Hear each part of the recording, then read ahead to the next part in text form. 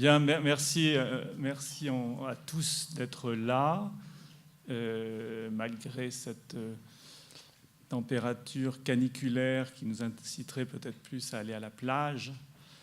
Mais donc voilà, c'est d'autant plus courageux d'être là, mais vous allez voir, ça va être formidable. Je vais vous refaire le coup de la semaine dernière, parce que certains d'entre vous ont peut-être raté quelques épisodes, pour vous rappeler que nous sommes aujourd'hui à la 5e et dernière, c'est affreux, conférence de ce cycle appelé Nature, Culture, Ordure, et qui avait été décidé par Thierry Fabre avant son départ, et qui aujourd'hui est managé de main de maître par Elisabeth Sestor, ici présente, que nous applaudirons à la fin, comme ça. Voilà. Si applaudissez-la, elle aime ça, c'est formidable. Donc je rappelle un petit peu les faits pour ceux qui auraient raté quelques épisodes. Donc premier épisode, Christophe Bonneuil, qui nous parle déjà d'Anthropocène. Donc, vous allez voir, on va en reparler aujourd'hui. Comment sommes-nous arrivés là, nous, humains, à transformer notre Terre pour aboutir à cette nouvelle ère géologique dans laquelle nous sommes et qu'on appelle Anthropocène. Puis ensuite, nous avons entendu Baptiste Mont-Saint-Jean, un socio-anthropologue brillant, jeune, qui avait publié un livre qui s'appelait Homo Detritus, que vous avez certainement tous lu, ou du moins que vous avez en main et que vous allez lire pendant les vacances, et qui est au fond revenu sur cette injonction qui nous est faite, et pour la discuter, pour nous titiller un petit peu, cette injonction qui nous est faite de bien jeter, en nous disant, mais si on nous dit de bien jeter, il ne faut pas croire qu'en jetant bien, on règle tous les problèmes. Attention, parce qu'au fond, une fois qu'on a jeté, il se passe encore des tas de choses qui sont ennuyeuses, notamment pour la planète, pour notre planète, je dirais, détritique, qui est aujourd'hui la nôtre. Ensuite, on a eu un moment fort avec Philippe Descola, anthropologue, professeur au Collège de France, qui est connu pour avoir développé des thèmes qui nous rapprochent de cette pensée contemporaine et nécessaire de l'Anthropocène, c'est-à-dire du monde dans lequel nous vivons, parce qu'il montre que nous ne sommes pas tous responsables de la même manière de l'état de la planète.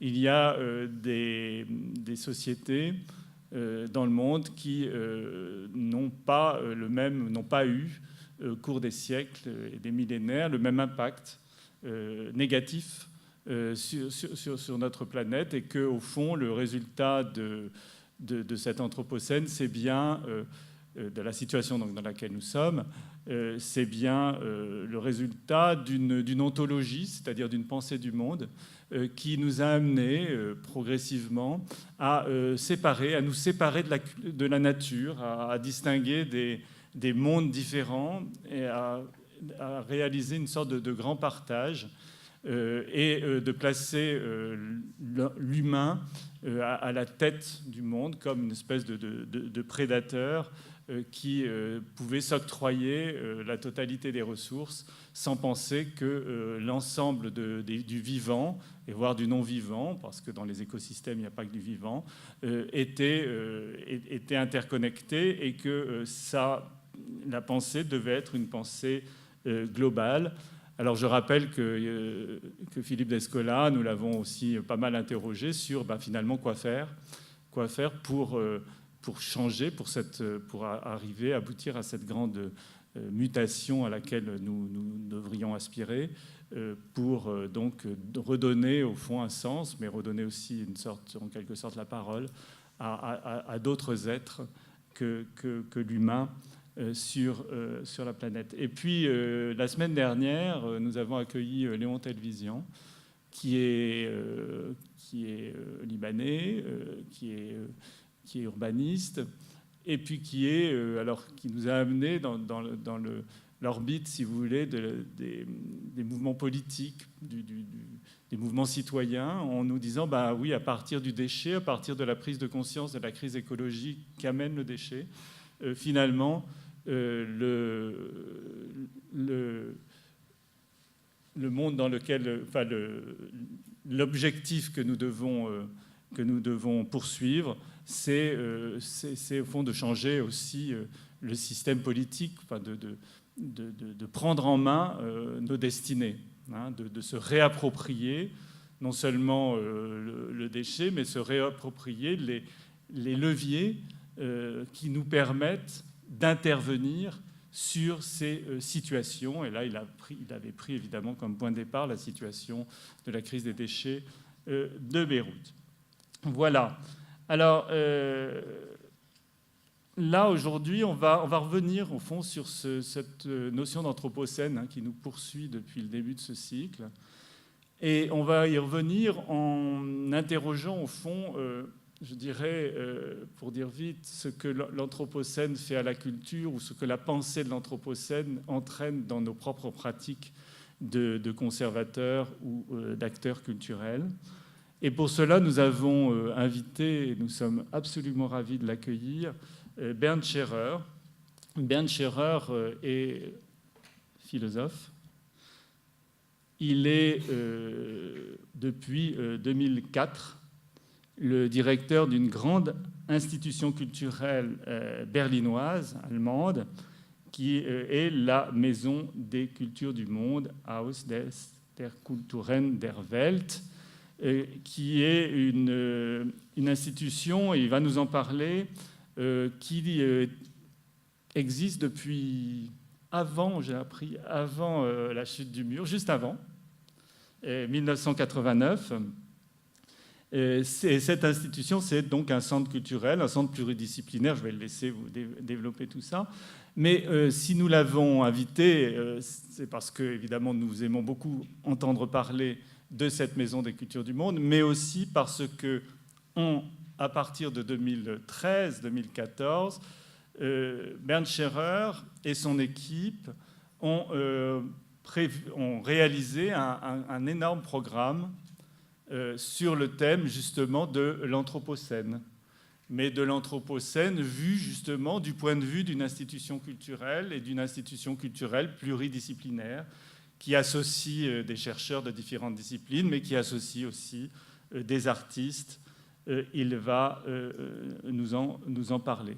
Alors voilà, je vous demande de l'accueillir chaleureusement. Il va aller au pupitre nous parler. Il va parler anglais. On s'excuse, nous, Français, de ne pas parler suffisamment bien anglais, parce qu'on serait dans un cénacle allemand, il n'y aurait pas besoin de traducteur, tout le monde comprendrait bien l'anglais, hein. Tandis que nous, on est un peu plus modeste avec notre anglais. Alors, on a heureusement des casques. Vous avez tous pris vos casques, c'est bon? Ceux qui parlent mal anglais, bon, oui, c'est bon, vous êtes tous équipés. Formidable, ben alors on peut y aller.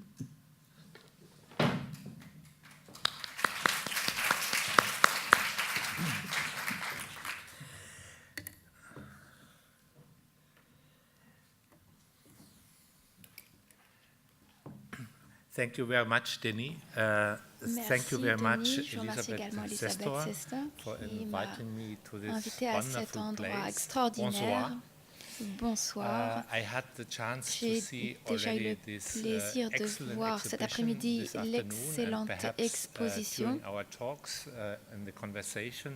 After my talk, we can also integrate to some extent also Et après cette exposition, on pourra parler de plusieurs aspects de l'exposition qui se rattachent à certains aspects des sujets que je vais aborder. Denis a parlé de la Maison des cultures du monde. Voici le bâtiment. Si vous vous êtes rendu à Berlin, vous connaissez probablement le bâtiment, car il est au cœur même de la ville, au cœur des cercles politiques, car nous avons dans notre voisinage le Reichstag et le Bundestag, et donc notre Parlement, la chancellerie. Nous avons également des institutions culturelles tout autant que des institutions politiques. Quelques mots sur le bâtiment. Le bâtiment a été réalisé en 1957 et faisait partie de la première grande exposition d'architecture à Berlin-Ouest après la Seconde Guerre mondiale. And this exhibition was a kind of counter-exhibition to the project in the eastern part by the Soviet Union and East Germany, which is called was called the Karl Marx l'allée Karl Marx. So, et c'était le lieu d'une concurrence d'architecture entre les architectes dans les années 50. Et le bâtiment lui-même était un cadeau des États-Unis à la ville de Berlin. C'est un bâtiment iconique de l'architecture d'après-guerre, l'architecture moderniste d'après-guerre à Berlin et en Allemagne de l'Ouest. Il est situé à 300 mètres du mur. Il est vraiment à la frontière entre l'Est et l'Ouest. Lorsque vous travaillez de l'Est de la Friedrichstraße en train, c'est le premier bâtiment que vous voyez. Donc c'est un bâtiment qui joue un rôle très important sur la scène culturelle, pour les conférences, les expositions, pour différents types d'activités.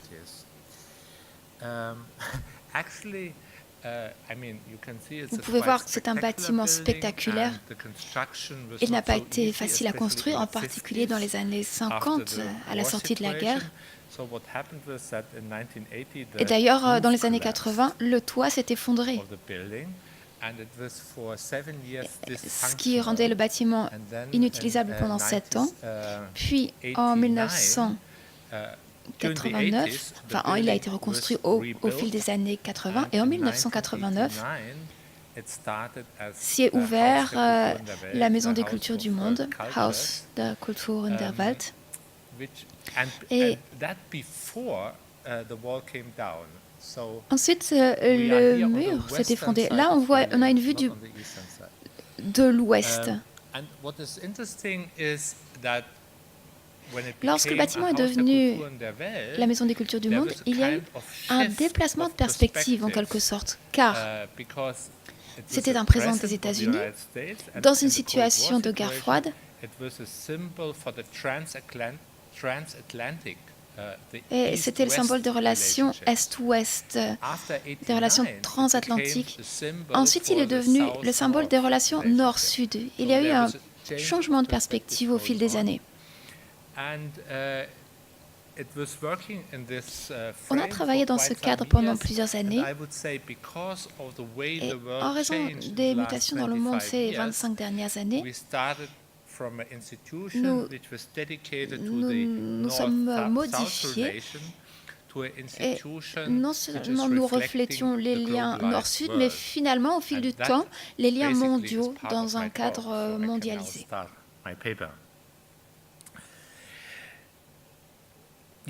Donc voici le bâtiment.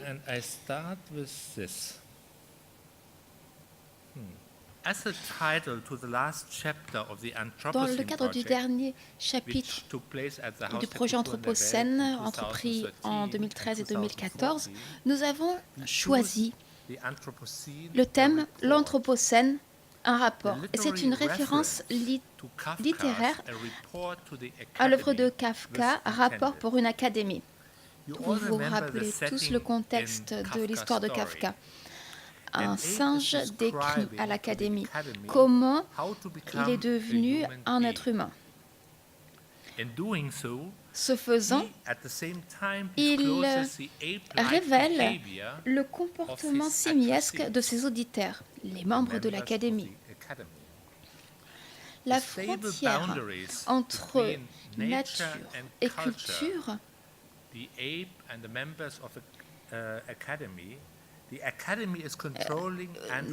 une frontière dont l'Académie est la gardienne est brouillée.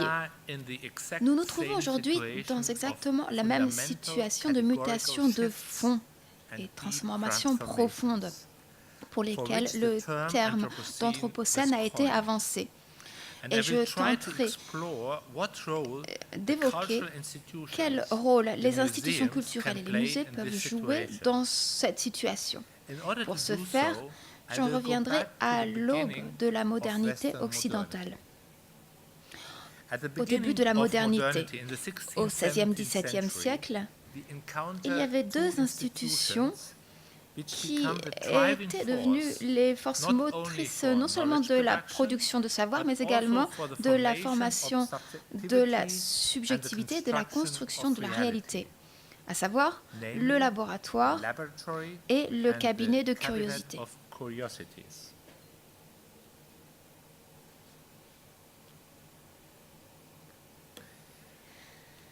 Dans le cabinet de curiosité, le monde perceptible était rassemblé par le biais de toutes sortes d'objets matériels, des objets tant naturels que des artefacts. Ils constituaient une encyclopédie matérialisée. Ils servaient à se représenter le monde et l'ordre du monde pour les princes et les dirigeants. Mais les cabinets de curiosité sont aussi devenus des lieux d'études prépondérants pour que les scientifiques et les artistes explorent le monde. À partir du XVIe siècle, la Bible ou le discours scolastique ont servi de moins en moins de référence aux recherches, remplacées par le monde matériel lui-même. Donc, un déplacement de l'accent placé sur les Écritures vers l'objet concret. Les objets du cabinet de curiosité ont permis l'aiguisement des sens et le développement d'une terminologie spécifique du fait de l'étude non seulement de chaque objet, mais également par l'étude du rapport des objets entre eux. Les interactions entre les objets étaient d'une importance centrale.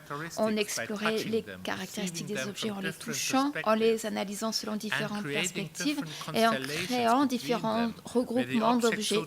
Les objets, en quelque sorte, commençaient à parler métaphoriquement entre eux ainsi qu'à leurs observateurs.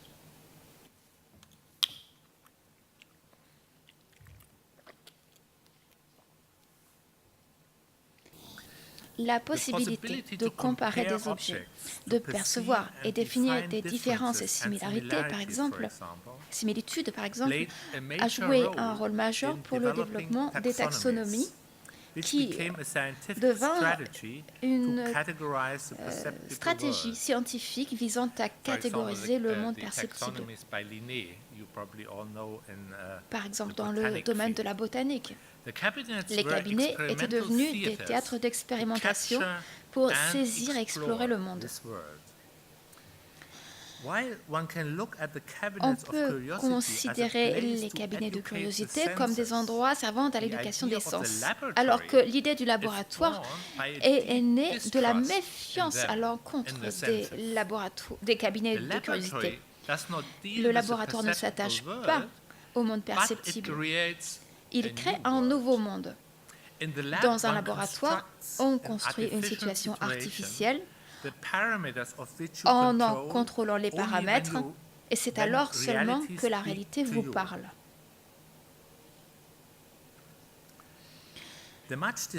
La célèbre pompe à air en est un parfait exemple. Bruno Latour, par exemple, l'a dépeint. Il s'agit d'un dispositif créé par Robert Boyle, un dispositif qui sert à créer du vide. Ça consiste en un système de bouteilles et de pompes qui permet de réduire la pression dans les bouteilles.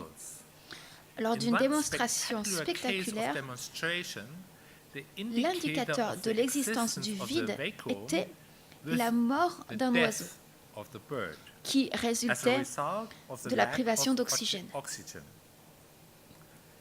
Ce qui était représenté par la mort d'un oiseau vivant au début des sciences modernes fut ensuite remplacé par des nombres. la construction d'unités comptables discrètes devint la manière de mesurer rationnellement la réalité des expériences scientifiques. Dans les laboratoires, on ne distingue plus les objets à l'œil nu selon les différentes nuances de couleurs, car c'est ainsi qu'on procédait dans le cabinet de curiosité. Mais maintenant, on mesure l'intensité lumineuse, par exemple. Ce qui est important, c'est que les laboratoires sont construits par les technologies, et les technologies sont des processus mentaux, lesquels se matérialisent dans le monde extérieur. Donc, on externalise une idée qu'on a eue, par exemple en faisant ce type d'expérience que vous voyez à l'écran. Évoquons maintenant l'histoire du cabinet de curiosité et du laboratoire. Le musée du XIXe siècle est directement issu du cabinet de curiosité. C'est à cette époque que, dans le monde scientifique, les disciplines ont été établies. Et l'une des tâches majeures des nouvelles disciplines scientifiques consistait à définir les objets dont on parlait. Ce qui signifiait ensuite discipliner ces mêmes objets. La discipline signifie aussi qu'on forme, on constitue l'objet dont on va parler. Le processus de recherche ouverte du cabinet de curiosité a donc été intégré dans un processus de stabilisation du monde matériel. En termes philosophiques classiques, ça signifiait qu'on définissait la substance d'un objet en le purifiant du nombre infini des relations possibles. En purifiant l'objet, on le libérait de tous les contextes dans lesquels il était enraciné. Après cette purification, l'objet pouvait occuper la place centrale dans le musée. Il est devenu la référence servant à éduquer les sens des visiteurs bourgeois. Dans le cas de l'art, l'objet était le médiateur entre l'individualité de l'artiste et celle du visiteur. On a affiné les sens en explorant le monde d'une peinture, on a enrichi la subjectivité individuelle. Ainsi, au XIXe siècle, le musée est devenu l'endroit de la formation des sujets, en contribuant à faire avancer le sujet de la société bourgeoise. Les laboratoires de cette époque, d'un autre côté, sont devenus des incubateurs des mondes nouveaux. Vers 1800, Alessandro Volta a élaboré la batterie, qui consistait en différentes couches de cuivre et de zinc.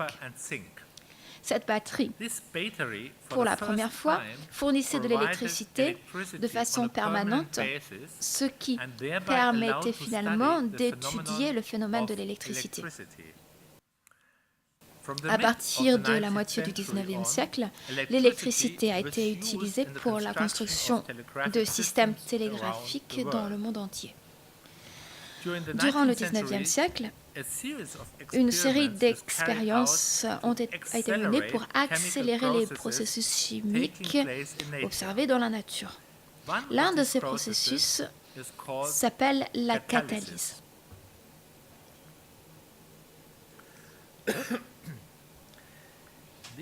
Ces expériences autour du processus de catalyse ont mené au processus Haber-Bosch qui a permis la production d'ammoniac en laboratoire au début du XXe siècle.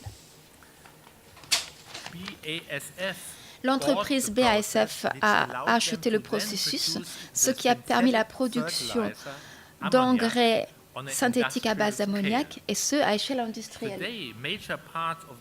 Aujourd'hui, la chaîne alimentaire mondiale repose sur ce processus, et l'alimentation mondiale s'effondrerait complètement sans ce processus. La catalyse est aussi devenue un processus prépondérant pour le raffinage du pétrole, ce qui a permis de fournir une grande part de l'énergie fossile qui a servi à la mobilité au XXe siècle.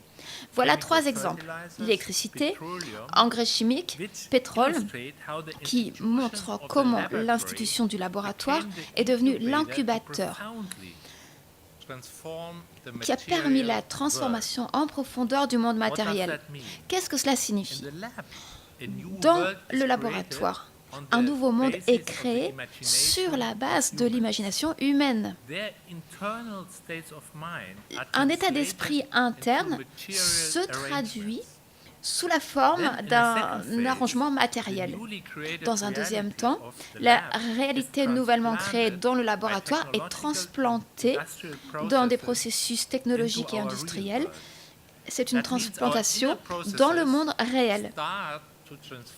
Autrement dit, les processus internes ont dès lors commencé à transformer le monde extérieur. Et c'est là le cœur même de la thèse anthropocène. Cette thèse anthropocène a été annoncée lorsque les scientifiques et climatologues ont analysé les paramètres importants du système Terre. CO2, émissions de CO2, utilisation de l'eau, système de transport. Toutes les courbes qui représentent ces développements ont augmenté de façon exponentielle dès les années 1945. C'est ainsi que les scientifiques ont appelé ce phénomène la grande accélération. L'une des caractéristiques majeures de ces processus, c'est qu'ils sont tous induits par les humains. Cette découverte a ouvert la voie à la thèse anthropocène, selon laquelle les humains n'interfèrent plus seulement avec le système terrestre par-ci par-là, mais deviennent la force naturelle prépondérante qui transforme le monde matériel, et ce, à l'échelle planétaire. Et c'est ça le point important.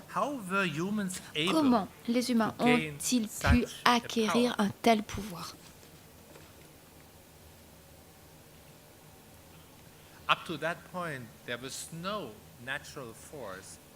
Avant ce stade, il n'y avait pas de force naturelle capable de modifier l'ensemble de la planète.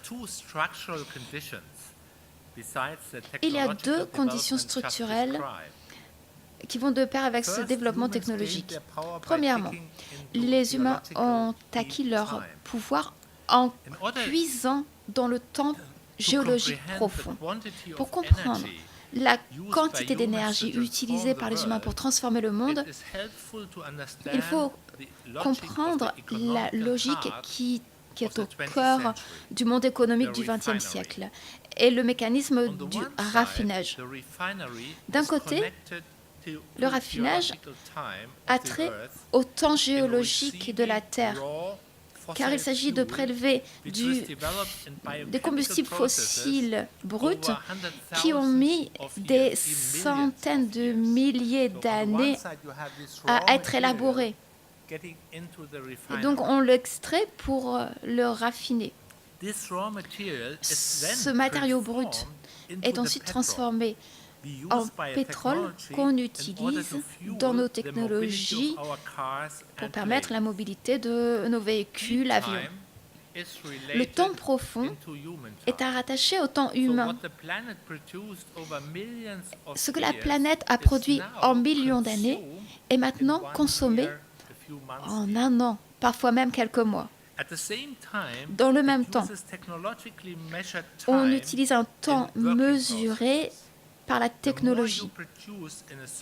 Et plus vous raccourcissez les délais, plus vous faites de profit. Le temps devient de l'argent, littéralement. Le résultat de ce processus est une déstabilisation.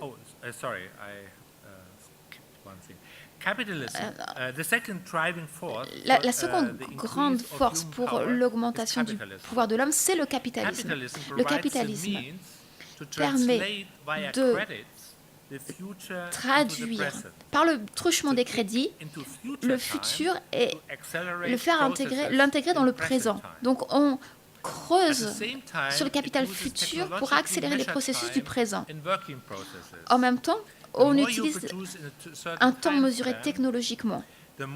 Et plus vous réduisez les délais, plus vous faites de l'argent. Il en résulte une déstabilisation du monde holocène. L'Holocène est l'époque dans laquelle nous vivions jusqu'à présent. Elle a commencé il y a environ 12 000 ans et est caractérisée par un monde plus ou moins stable, y compris sur le plan climatique. La stabilité du monde naturel a permis le développement de la civilisation humaine telle que nous la connaissons. Agriculture et développement urbain. Cela n'a été possible que par un climat plus ou moins constant. Cela a permis aux humains de se placer en tant que protagonistes principaux sur une toile de fond naturelle. Mais notre image change maintenant considérablement à l'ère anthropocène. Nous observons maintenant un mélange entre les processus naturels et les actions humaines.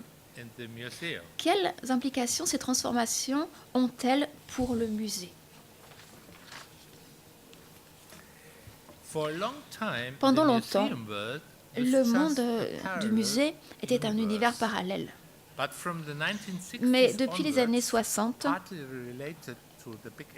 notamment depuis la grande accélération, au moins 4 différentes pratiques artistiques et culturelles qui reflètent les changements mentionnés, non seulement frappé à la porte du musée, mais ils sont même entrés. Les arts vidéo et médias, arts numériques, Internet, fondés sur les technologies, ont commencé à prendre place au musée et ont déstabilisé les structures temporelles dans les musées. Les arts du spectacle ont fait entrer des pratiques différentes lors desquelles la fluidité était introduite par opposition aux objets stables. Nous avons également observé l'entrée d'artistes non occidentaux avec de nouvelles perspectives planétaires.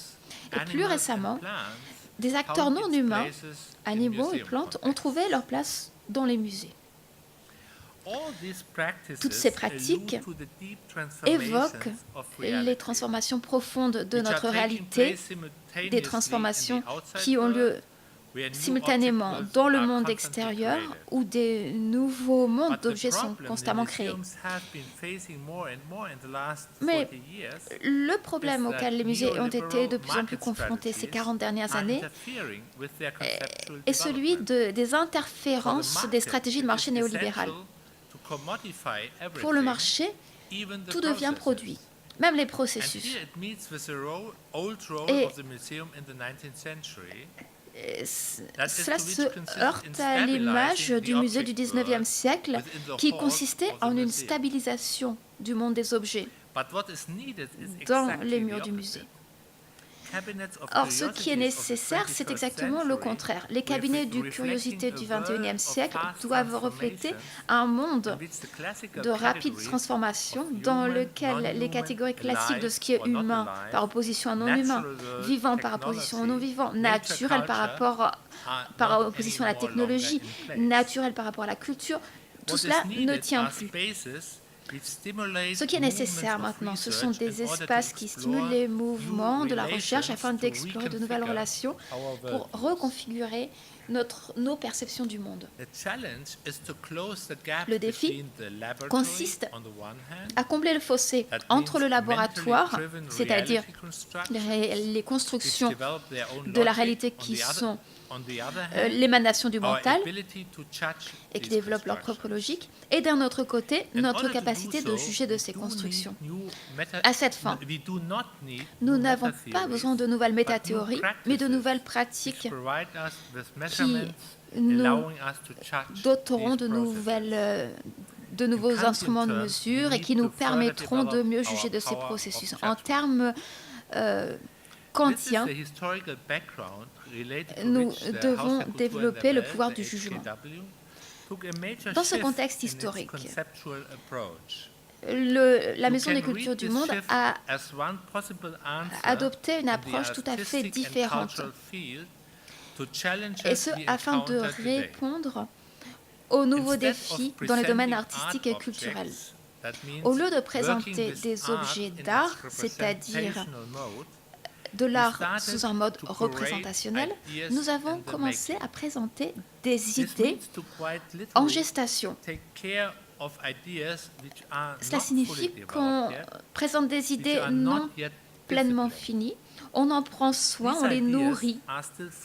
Ces idées sont encore fragiles.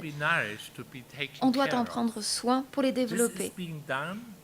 Et on fait cela en ayant recours à des pratiques esthétiques fondées sur nos recherches. Là, on voit un lien direct entre le travail formel de la Maison des cultures du monde et les artistes et penseurs postcoloniaux et cette nouvelle approche conceptuelle. C'est l'intérêt commun que de remettre en question la perception du monde émanant des institutions occidentales classiques. Et ce point de vue est partagé par de nombreux artistes occidentaux depuis la fin des années 80. La critique a attaqué d'un côté des institutions telles que le musée, car il représentait un canon qui avait perdu de sa pertinence et qui n'était plus suffisamment ouvert pour faire place aux nouvelles évolutions. D'un autre côté, la commercialisation des arts par le marché de l'art. Dans le même temps, les artistes étaient, en tant qu'artistes qui se définissent dans un cadre post-colonial, ils s'intéressaient à l'exploration de nouveaux langages. Ils ont utilisé de nouvelles recherches et pratiques documentaires car ils voulaient développer le nouveau en confrontation avec les réalités changeantes tout en les modelant. Voilà comment la Maison des cultures du monde a commencé à engager de nouvelles pratiques artistiques tout en devenant un endroit où l'on présentait de nouvelles productions du savoir en transcendant les frontières des travaux disciplinaires des universités. Ces disciplines avaient été développées dans les contextes précis des XVIIIe et XIXe siècles. Et ces disciplines répondaient aux problématiques de cette époque-là. Une époque où le climat équilibré de l'Holocène permettait une toile de fond stable aux activités humaines. Il n'était pas représenté par une agence, mais constituait une ressource pour l'exploitation par les humains. La dynamique de l'Anthropocène a changé fondamentalement ce monde, requérant de nouvelles formes de production du savoir. Le processus de transformation dans lequel nous nous trouvons, c'est une mutation depuis une vue du monde vers une autre. Et cette mutation est comparable au changement qu'on a connu entre Ptolémée et Copernic, ou au changement qui s'est passé lorsqu'on a cessé de considérer la planète comme étant le centre de l'univers et qu'on a considéré qu'elle était une planète qui tournait autour du Soleil. Mais malgré les découvertes de Copernic, les anciennes perceptions du monde n'ont pas perdu totalement de leur pertinence. Ça reste encore, d'une certaine manière, dans notre cadre de pensée. Beaucoup de poèmes d'amour n'auraient jamais été écrits, ni de films romantiques tournés, s'il n'y avait pas eu les magnifiques couchers de soleil et la disparition du soleil derrière la ligne de l'horizon. Le défi pour le musée dans cette situation, c'est de mettre en avant, d'illustrer le point de basculement, le moment dans lequel les perspectives ont changé. L'une de nos approches dans la Maison des cultures du monde est celle de l'Observatoire anthropocène. Je ne veux pas entrer dans les détails ce soir, mais j'aimerais vous donner 2 ou 3 exemples pour vous montrer comment nous abordons cette réflexion. Et je vous expliquerai également comment le photographe Armin Linke explore ces points de basculement. Les photos de Linke explorent les architectures faites de la main humaine, des architectures visant à apporter stabilité, bien qu'elles fassent part d'un réseau plus large d'infrastructures qui a fini par devenir le point focal d'un monde de plus en plus instable.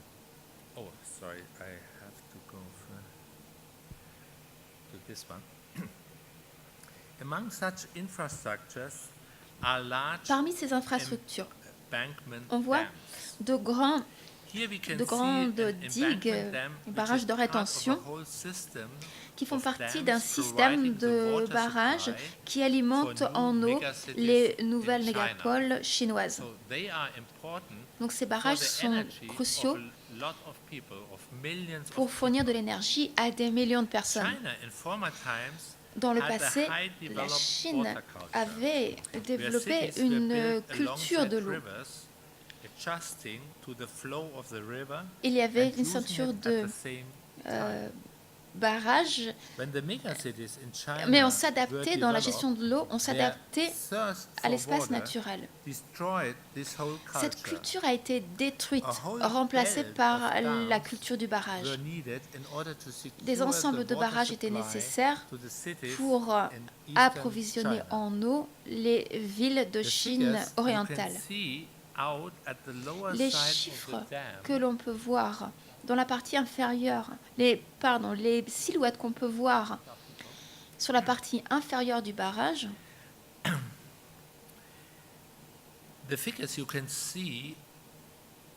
donc ces silhouettes que l'on distingue sont des pêcheurs. Ils allaient pêcher en bateau sur cette rivière, mais maintenant, ils tirent parti de la pression de l'eau qui jaillit du barrage et traumatise les poissons.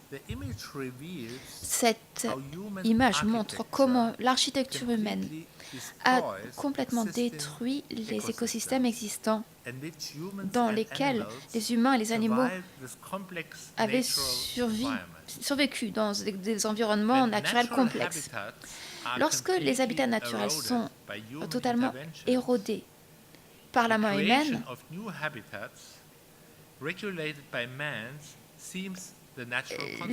de nouveaux habitats créés par les humains émergent et en sont la conséquence. Et si la nature ne fournit plus les conditions nécessaires pour cultiver des tomates, alors les humains développent toute une panoplie de systèmes industriels, comme Linke le montre, par exemple dans l'image du paysage du sud de l'Espagne. Donc Linke explore le point de basculement entre l'Holocène et l'Anthropocène en présentant les architectures et infrastructures élaborées par les humains afin de contrôler et stabiliser des fragments du monde. Car précisément, les barrages sont utilisés pour stabiliser la croissance de la population en Chine orientale. How this process is connected to cultural representation, Linke reveals in a photo from the nous révèle dans une photo prise au Moyen-Orient comment ce processus est rattaché à la représentation culturelle. Voici une photographie du musée de Babylone. Sur le mur, on voit des images de la tour de Babel. Sa construction a mené à l'une des premières grandes expériences de transformation de la conscience de nos sociétés. Selon l'ancienne légende, l'échec de la construction de la tour a mené à la division de la société qui a alors perdu sa langue commune.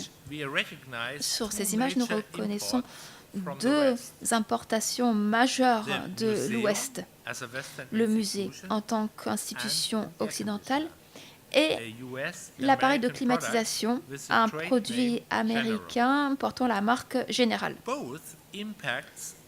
Ces deux impacts peuvent être considérés comme des moyens de stabilisation. La fonction du musée dans la culture occidentale est, comme je l'ai expliqué précédemment, de stabiliser les objets. Examinons de plus près comment cela a été fait ici. Le musée a émergé du cabinet de curiosité. Dans le cabinet de curiosité, le monde perceptible était collecté sous forme de toutes sortes d'objets naturels ou artefacts. C'étaient des encyclopédies matérialisées. Lorsque les musées ont émergé de ces cabinets de curiosité au début du XIXe siècle, les disciplines scientifiques ont été établies. Afin de stabiliser les conditions, l'état des objets dans les musées, il a fallu s'occuper de leur environnement. Car des modifications de température ou humidité trop importantes peuvent altérer les objets. D'où la climatisation qui fournit la température nécessaire à la conservation des objets. Mais comment ça fonctionne-t-il? Cela nous amène à la troisième dimension de la photo d'Armen Linke. On la voit par le truchement des câbles qui pénètrent dans le mur, faisant référence à l'espace invisible derrière le mur. C'est le lieu de notre Babylone, le drame de notre époque. Les câbles mènent vers la centrale électrique qui transforme les ressources énergétiques de la région, le pétrole, en électricité. Entre la centrale électrique et la réserve en pétrole se trouve la raffinerie. La raffinerie a un rôle majeur dans les stratégies de l'État islamique sur le territoire même de la ville de Babylone. L'État islamique ne conquiert pas seulement les gisements de pétrole, mais également les raffineries. Ça signifie que la photo de Linke présente les trois dimensions de l'espace musée et rattache cela à l'Anthropocène. Et c'est ça qui accélère notre vie contemporaine, mais qui est au cœur des nouvelles guerres.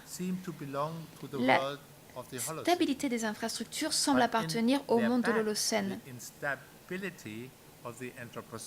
Mais en toile de fond, on voit poindre l'instabilité de l'Anthropocène. Le mur du musée cache les infrastructures qui le rattachent à la dimension planétaire et aux guerres qui pourraient le détruire. À cet égard, cette photo reflète le paradoxe de l'Anthropocène. Nous avons développé une culture qui reflète les processus de destruction avec l'idée de préserver notre culture. Merci.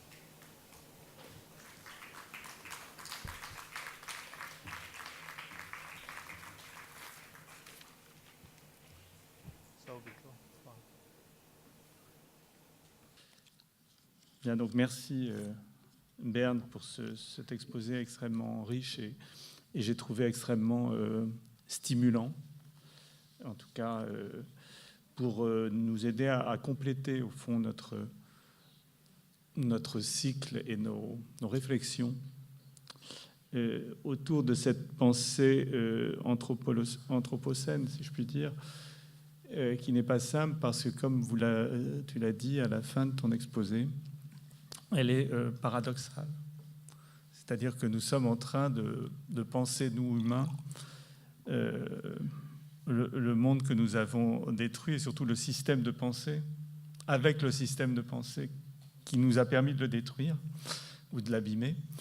Et donc nous sommes en train de nous demander comment, au fond, transformer nos points de vue de manière à rentrer, au fond, dans un tout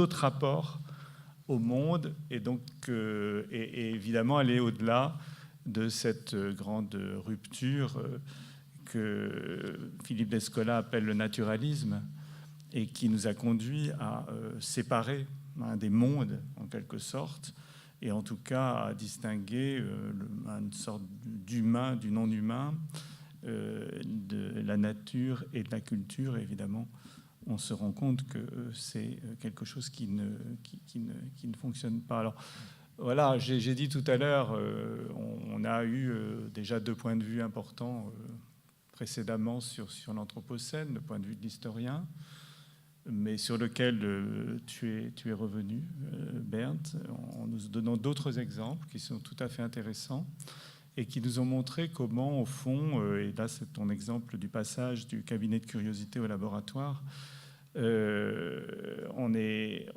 a fait des choix.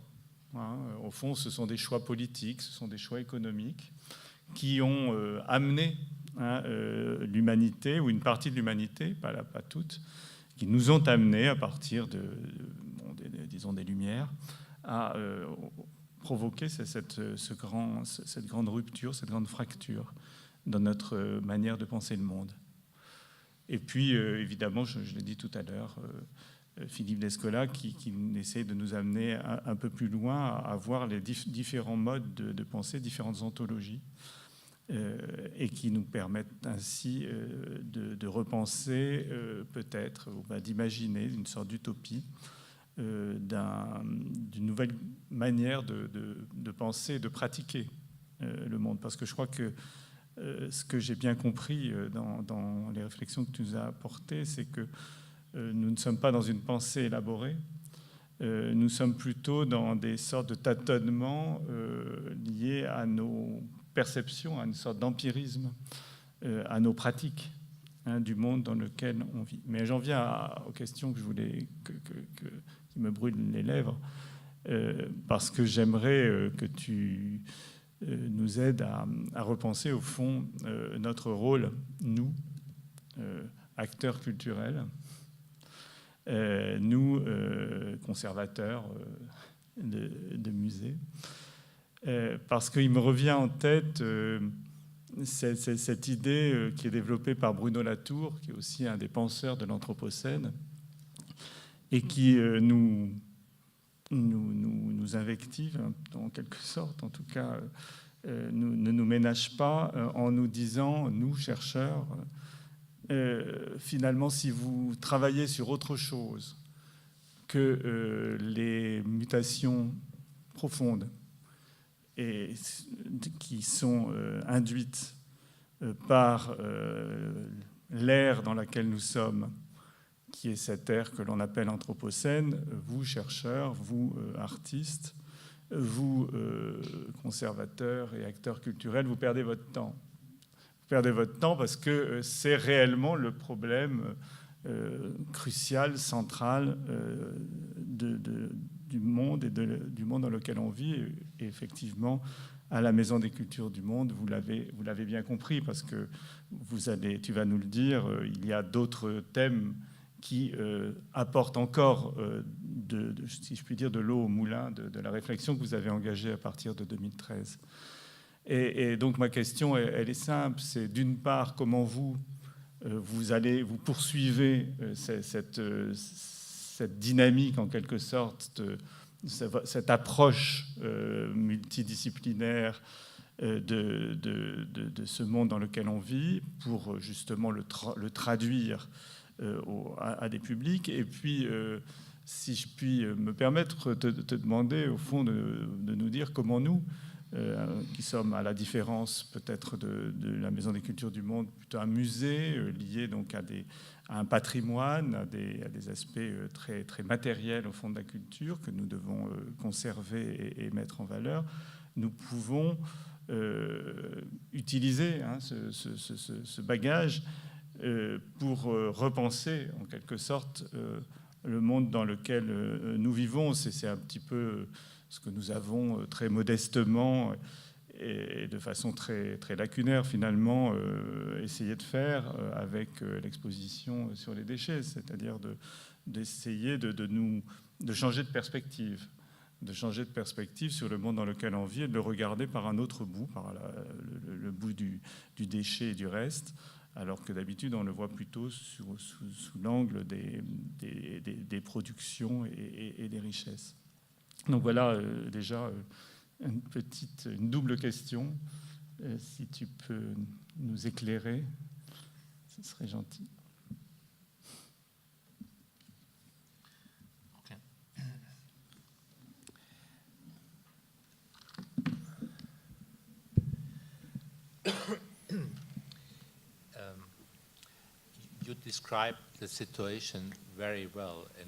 Vous décrivez très bien la situation présente, je pense. Nous sommes dans une situation où nous créons des institutions et une réflexion qui se rattache au problème qui est le nôtre. Pour l'instant, c'est le seul moyen que nous avons d'analyser cette situation. The challenge, to some extent, to give an image is Maintenant, le défi, c'est que nous sommes installés dans un train qui accélère sans cesse. On sait que le train sera détruit à un moment ou à un autre. Le défi pour nous, c'est de reconstruire le train en marche et en cours d'accélération. Voilà le défi.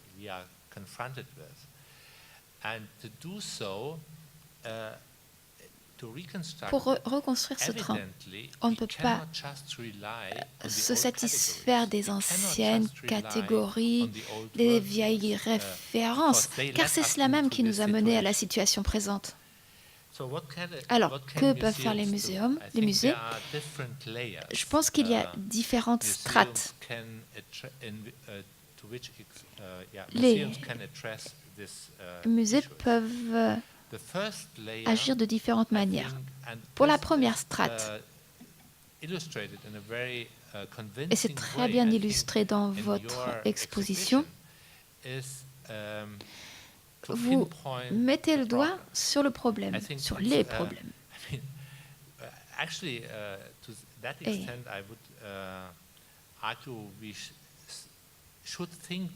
à cet égard, je pense qu'il faut réfléchir d'une nouvelle manière. Mais pour cela, il faut avoir conscience du monde dans lequel on vit. Et c'est en ce sens que votre exposition est très convaincante à différents niveaux. D'abord, dans le titre même, Life of Waste, la vie d'ordure. Donc, ça montre que le déchet n'est pas juste quelque chose qui est là, c'est quelque chose qui a une vie propre. Et dans cette exposition, vous montrez comment nous pouvons avoir une incidence sur le monde matériel, mais en retour, le monde matériel a une incidence sur nous. À l'entrée de l'exposition, on voit d'un côté le tas d'ordures, on voit comment on jette les ordures sans réfléchir, et de l'autre côté, on voit comment ces déchets sont utilisés. La vache mange les déchets, puis nous, on mange la viande de vache. Donc finalement, nos déchets nous reviennent. Donc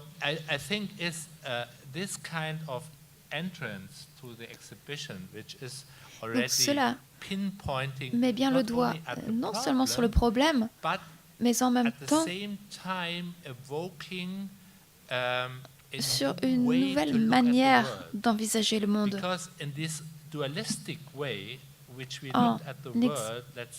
Jusqu'à la fin du XXe siècle, notre regard sur le monde était que d'un côté, il y avait les humains avec la culture, et de l'autre côté, il y avait la nature. Et nous, humains, avions le droit d'exploiter cette nature. Ce mode de pensée, avec la séparation claire entre les deux mondes, ça ne fonctionne plus. Ça ne fonctionne pas. Et c'est là le cœur même de la thèse anthropocène. D'un côté, on continue à produire constamment.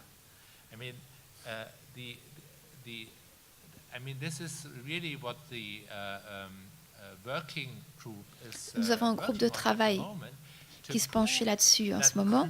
On veut montrer que mondialement, il y a une couche sédimentaire entière issue de la production humaine.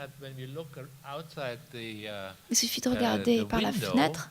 Ce que vous voyez n'est pas ce que les gens voyaient au XIXe siècle.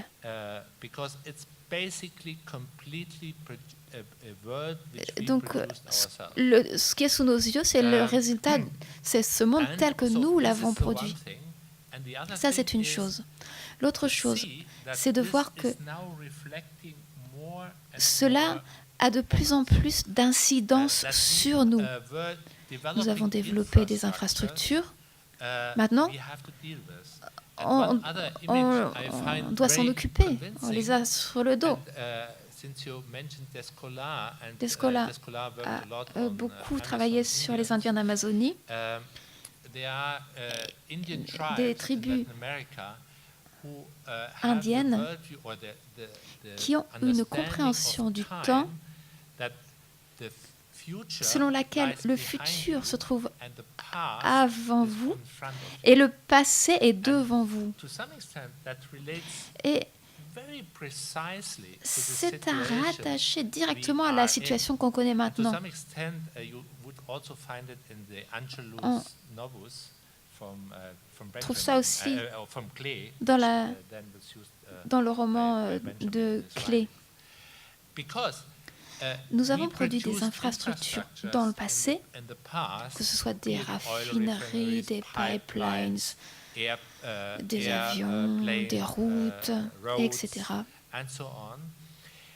Des infrastructures qui, maintenant, hypothèquent considérablement notre avenir.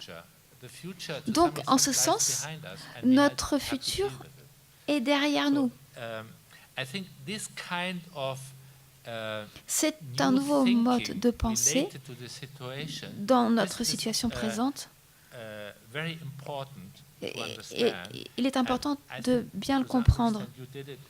Vous l'avez reflété d'une certaine manière dans votre exposition. Nous, on le fait d'autres manières à Berlin. Bien sûr, nos institutions sont assez différentes. Nous, à la Maison des Cultures du Monde, nous n'avons pas nos propres collections. Je peux continuer si vous ne me posez pas d'autres questions. Je pourrais continuer longtemps. Je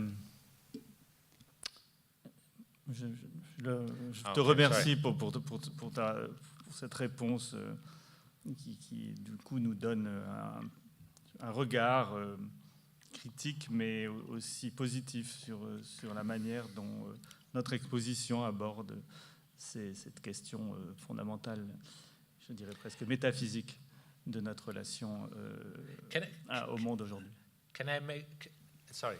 Puis-je ajouter quelque chose? Pardon, car ça me fera rebondir par rapport au reste de ma présentation. Je trouve aussi très intéressant de voir la cartographie du développement que vous avez établie dans l'exposition. L'un des problèmes fondamentaux du monde de l'Anthropocène, c'est le plastique. Car Le plastique, vous le savez tous probablement, constitue un continent entier dans les océans. Nous avons un continent de plastique. Et le problème, ce n'est pas seulement le plastique à la surface, le continent à proprement parler, la couche dure, mais également le plastique fondu, fractionné en petits fragments. Ces petits fragments sont absorbés dans les chaînes alimentaires. Les poissons les consomment et de fil en aiguille, ils nous reviennent et nous les consommons en retour. C'est le même exemple que celui de la vache. Et je vois ça aussi en Méditerranée et sur vos côtes. Vous avez une concentration de ces fragments de plastique, en particulier sur les berges sud, sur la rive sud de la Méditerranée. Donc, vous l'avez mentionné, Descola aussi, il y a une répartition inégale des effets de l'Anthropocène. Les pays les plus riches ont des ressources pour résoudre ces problèmes.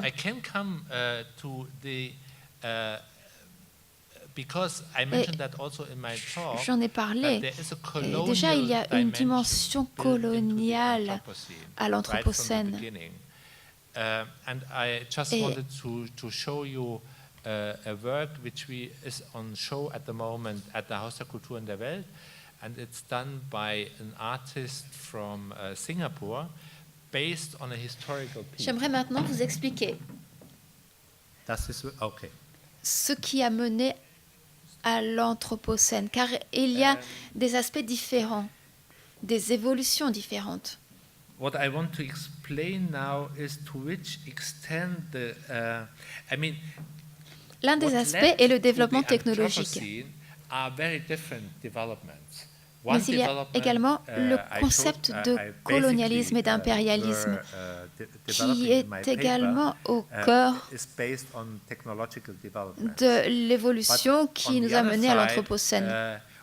Vous avez là une image faite par l'artiste singapourien Ho Chung Ging et qui montre une scène de l'histoire coloniale. Cette scène a lieu en 1830 à Malé, qui était à Singapour à l'époque. Et ce qui est intéressant là, c'est le titre qui nous dit surveillance à Singapour interrompue. Quelle est la raison de l'interruption? C'est l'attaque de la nature, car au cœur des processus coloniaux, il y a d'un côté le projet civilisationnel qui vise à éradiquer le tigre, car le tigre n'est pas contrôlable, il appartient à la nature. Et il attaque le colon, non pas les populations locales qui vivent avec le tigre. Mais le tigre est en quelque sorte un objet à éradiquer.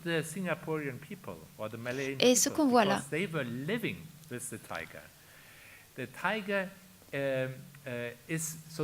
que le processus de surveillance est interrompu et ce processus de surveillance et d'étude, c'est au cœur du projet civilisationnel. Car il s'agit de faire l'étude d'un pays, d'en faire l'étude afin de le contrôler, contrôler la nature. Et maintenant, l'objet de l'entreprise colonialiste se retourne et attaque le colon. Donc on voit cet homme blanc, Coleman, qui est attaqué. Ce qui est intéressant, qu'il était chargé de ce projet d'études et il était également directeur de la prison de Singapour.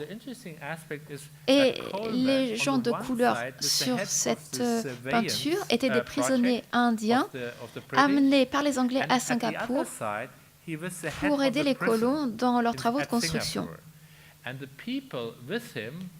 Donc, dans une certaine mesure, ces gens construisaient leur propre prison. C'était les prisonniers qui construisaient la prison. Autre aspect intéressant, le tigre n'attaque pas directement Coleman, il attaque l'instrument de mesure. Donc il attaque le symbole de la colonisation, l'instrument de mesure du monde. Car en mesurant le monde, on a l'intention d'objectiviser le monde. Si on considère cet aspect et toute l'atmosphère dépeinte dans ce tableau, on voit que l'équilibre de la situation normale est altéré. Et tous les personnages se retrouvent en déséquilibre. Il n'y a plus de stabilité. Au sens littéral, comme au sens figuré. Nous voyons que les Indiens ne sont pas chez eux, que Coleman vit dans un monde très différent et que le tigre se trouve en suspension, survolant la situation. Ce qui est au cœur du processus de colonisation, c'est l'intervention humaine afin de conquérir la nature, conquérir le monde. Et c'est cette entreprise qui est à ce stade interrompue. Si on examine toute l'histoire de la modernité en tant que processus d'interaction, il y a une déstabilisation des habitats naturels. Et c'est là exactement ce qu'on voit sur cette image.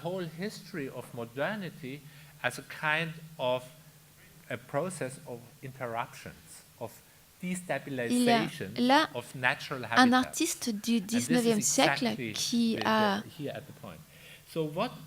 s'est référé à cette œuvre et qui a traduit cette image. Et il y a là une numérisation. L'artiste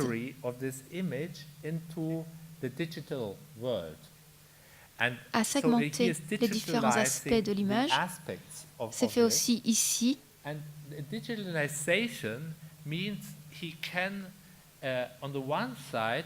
Il a travaillé sur le sentiment de déstabilisation et a numérisé cet aspect, puis il a reconstruit le monde. Et c'est au cœur même du processus dans lequel nous nous trouvons. Non seulement nous pouvons analyser le monde en différents segments, mais avec ces différents segments, nous reconstruisons le monde. Et ce monde reconstruit, dans le monde reconstruit, le colon devient le tigre ou le tigre devient le colon. Il y a un changement de catégorie qu'on peut opérer sur un plan numérique. Et ce sur la base d'une fragmentation complète du projet.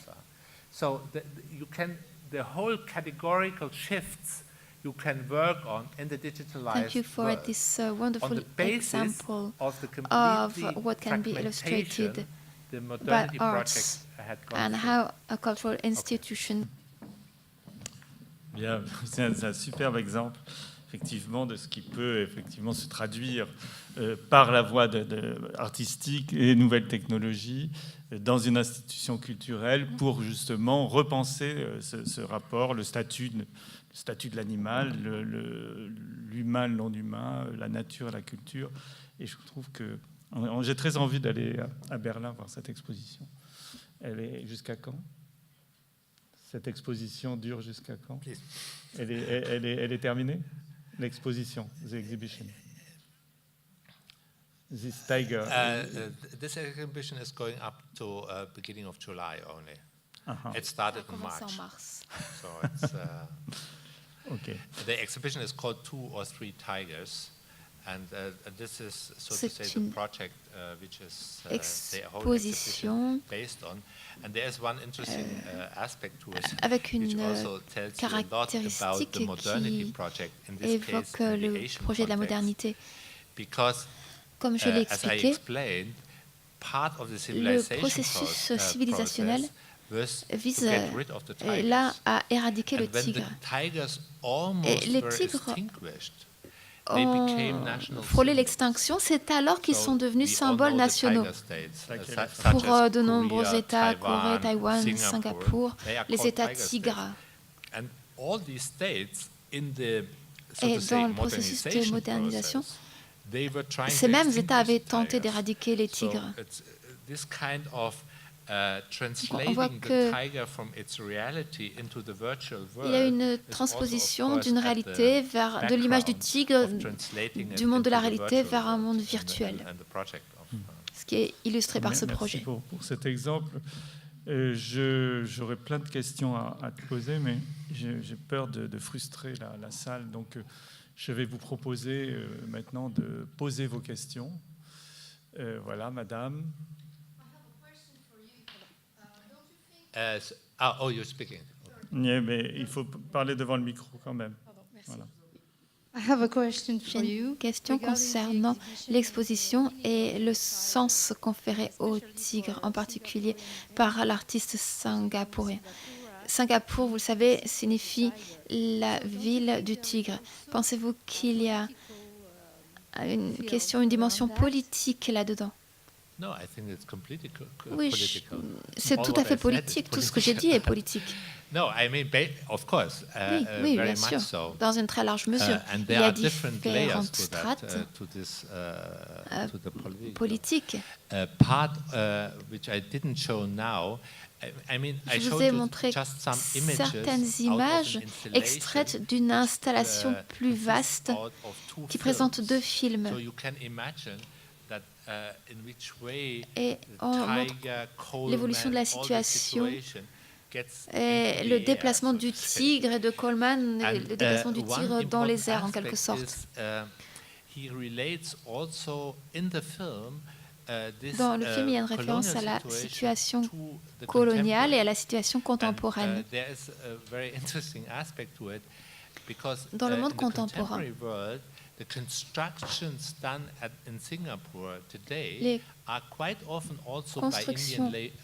faites à Singapour ont très souvent été faites par les travailleurs indiens.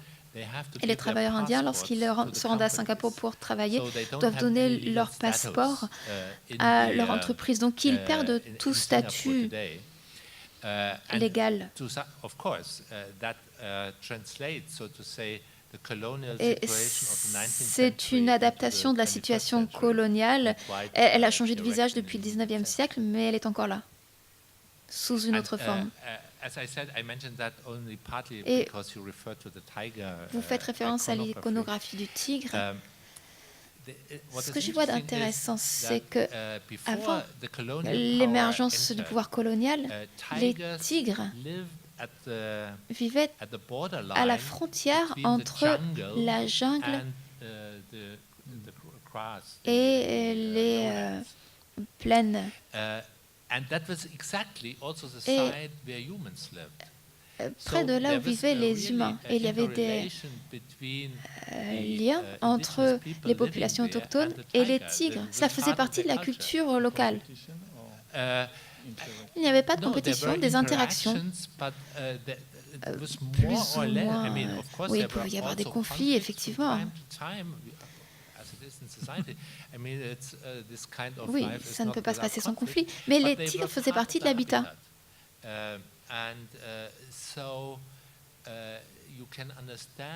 Donc on peut comprendre la violence du pouvoir colonial qui vient détruire cet habitat et qui détruit un lien existant entre les humains et les animaux. Alors, question.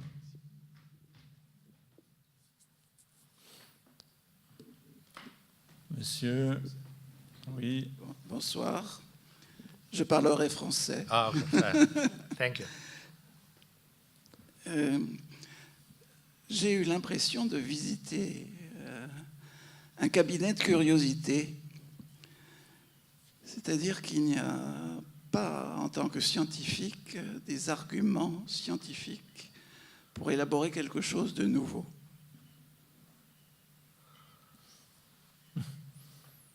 Vous nous demandez qu'est-ce qui est nouveau?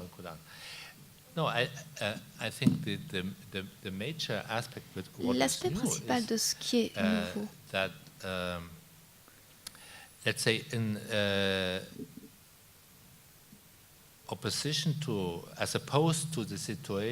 si on compare la situation présente à la situation d'il y a 100 ans, actuellement, nous subissons un retour de balancier de ce que les humains ont fait dans ce monde.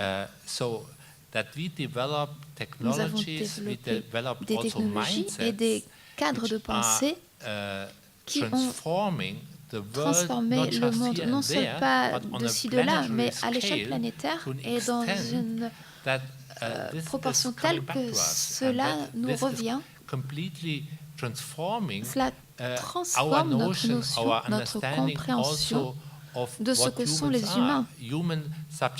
La subjectivité humaine telle qu'elle était conçue depuis l'époque des Lumières, nous nous considérions comme des individus autonomes, cela devient plus ou moins impossible, car les technologies sont si prépondérantes qu'elles font maintenant partie de notre subjectivité, que ce soit l'Internet, ça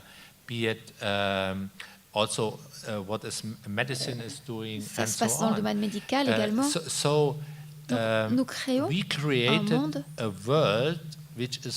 qui a de plus en plus d'incidence, qui se reflète de plus en plus sur nous-mêmes, beaucoup plus que ce n'était le cas il y a 100 ans. Vous êtes d'accord avec la réponse? Ça vous satisfait?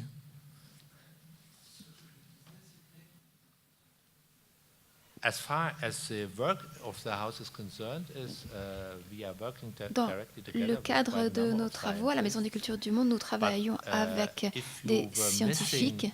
J'ai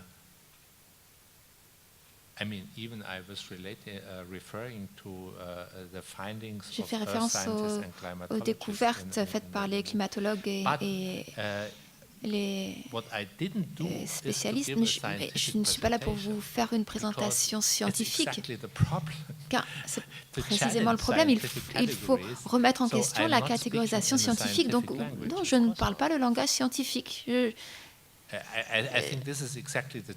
défi, c'est précisément d'élaborer un langage qui nous aide à réfléchir sur le savoir, sur la production des savoirs scientifiques. Mais bien sûr, moi, je n'utilise pas le langage scientifique. Je ne suis pas un scientifique. Alors, d'autres interventions ou une dernière intervention pour clore cette magnifique conférence? Eva? Voilà, vous avez parlé du point de bascule, tipping point.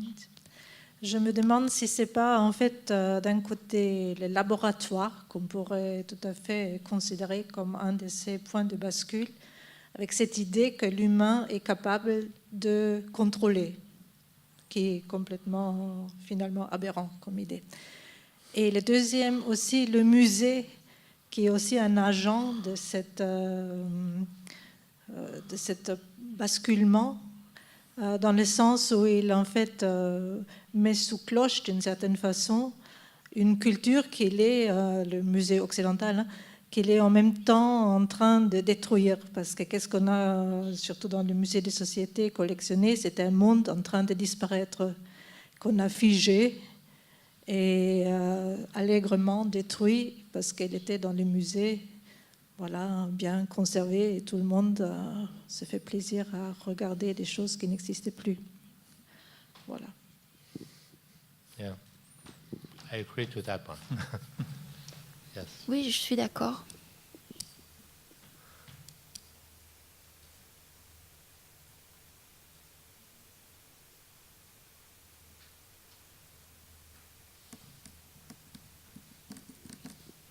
Oui, juste une question aussi.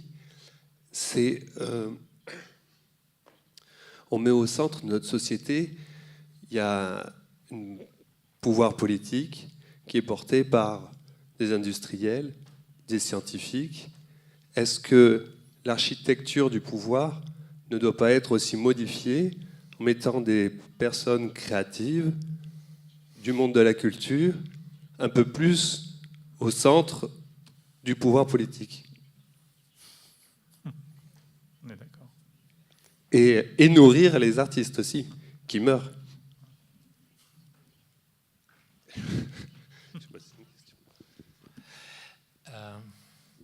No, I agree to that. And I see also one role of cultural Je pense aussi que les institutions culturelles ont pour mission de développer des stratégies pour combler le fossé, pour remédier aux situations présentes. J'aimerais dire quelques mots concernant les institutions. The problem, and want to reflect on that in the context of your question to the institution. Vous parlez des institutions. The problem Le problème of the last des 30-40 years, 30 ou 40 dernières années, besides power developments in general, only related in the cultural field, du pouvoir is that dans le domaine culturel, c'est que les institutions sont devenues de plus en plus vides. They got weakened, and there were two processes at the heart elles ont été of this affaiblies du fait de deux processus.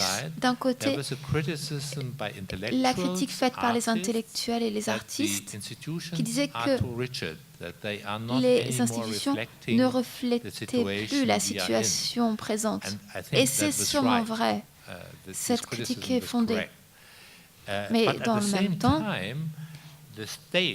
l'État a tenu compte de cette critique et d'une façon assez néolibérale, les institutions ont tenté, les États ont tenté de vider les institutions.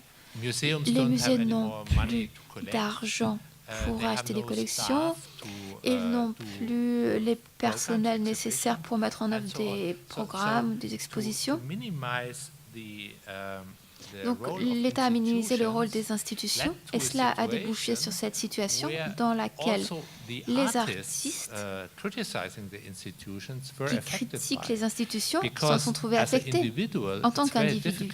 Il est difficile de changer le pouvoir, mais en tant qu'institution, vous pouvez avoir un poids.